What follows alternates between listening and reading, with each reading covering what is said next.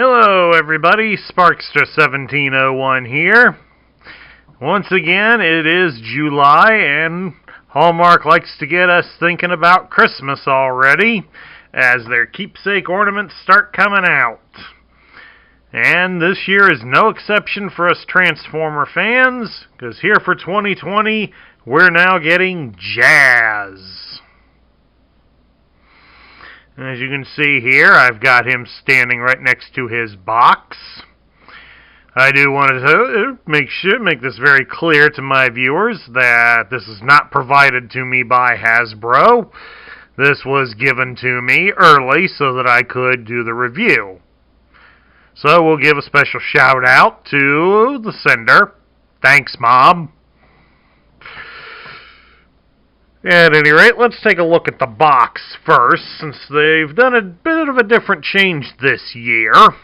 The previous boxes for all the others in the line had been in a white box. So now this year we're going with a red-styled box, which, they flip-flop that every few years, so I really shouldn't complain.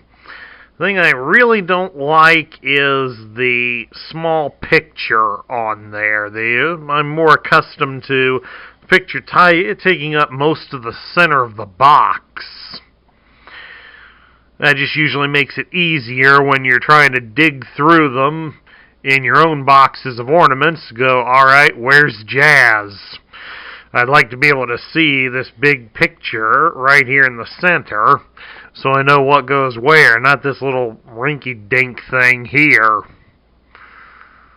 But it is what it is. Of course, on the sides, they got keepsake.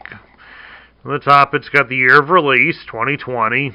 Of course, down here at the bottom, got the warnings that it's a decoration. It's not a toy. And, of course, we got the barcode that they scanned at the store.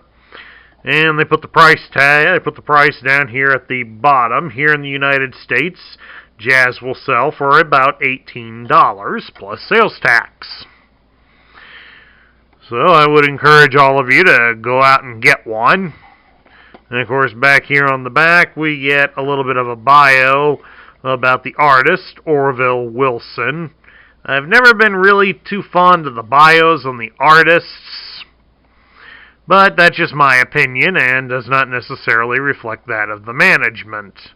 But I do kind of like the style here that it talks about here. Orville Wilson and his family enjoyed celebrating the holidays with lots of different Christmas trees, each featuring a unique theme. There is a Santa tree, an angel tree, a treat tree, and several others. He also likes exploring lots of different subjects and design styles in his work as a keepsake artist. Lucky for fans, that love of variety means that it is always easy to find the perfect Orville ornament for any tree, no matter the theme. Well, that may be pretty true. I used to remember the Christmases at my grandmother's house, and she had probably about half a dozen different-sized trees all over the house. I never understood how she could make that work. That must have been an exhausting challenge. But I guess it also means then that if somebody's willing to go and have a tree with the different themes, mine featuring a fair amount of science fiction elements on there shouldn't be criticized by people as much.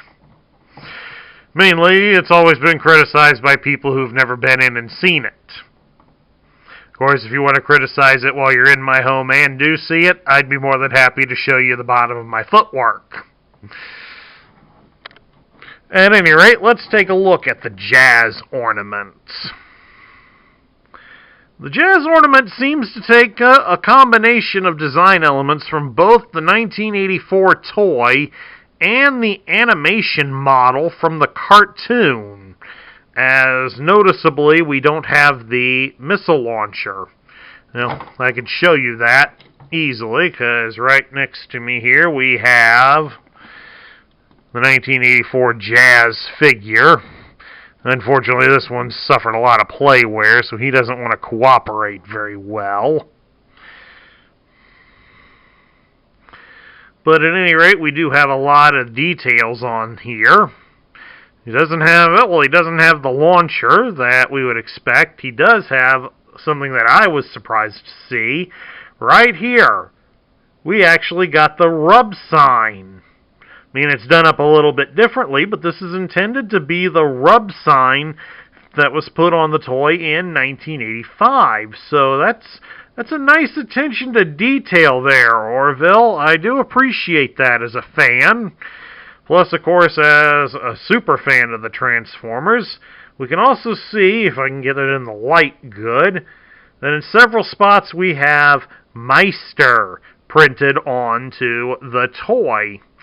Now, of course, a lot of this was done to replace the Porsche markings that were on the car from the original toy due to the fact of trademark issues and the fact that Porsche does not want to be associated with violent robot toys. How's that going on selling your sporty cars, Porsche? But at any rate, you got a lot of places, like even also on the tail, even on the sides of the tail, where it used to have ads for the racing company, it still say Agent Meister. Of course, Meister was the Japanese name for Jazz. So it's a nice callback to the Japanese series as well. So that is quite a nice tribute to the fans here, folks. Now, I mean, if I had to have a major gripe, it would be the fact that the gun is painted in black. I would have preferred it to have been something a little closer to the chrome color. I mean, even the silver here that's used on the wheel hubs would have been nice to have painted the gun, but I guess I didn't want to draw extra attention to it, given how guns are not always a hot commodity to show off, and I get that. But all in all, it does look very good. It does tick off a lot of the stickers very well, by showing how many of them looked. So, obviously, he had a sample that had good stickers, unlike mine. I can imagine that countless hours of research went into making this ornament. Of course, we got the loop for tree hook right here on Jazz's head. Not sure I like that, like the positioning of it there, but it'll do. It will do, or even if you don't want to hang him on your tree, you can just have him stand on the shelf. You know, instead of Elf on the shelf, you've got Jazz on the shelf. Okay, maybe it wasn't as funny as I thought it would be, but that's also a nice detail. We can display it like that. A few of the others that we've had previously, you couldn't do that with it. You could only put it on the tree, and that was kind of a disappointment. Some people may not celebrate the Christmas holiday and would rather just display them on a shelf or something. So this works out better too. So if you want to have a Transformers-themed Christmas tree, well, it'll still be pretty small, but we're getting there. If these things keep selling, we'll eventually get there where you can have a nice tree loaded with Transformer toys. I don't know if we'll get to that point, but if there was one to celebrate the 1980s and all the toys we expected under the tree, well, I think we're getting there on that.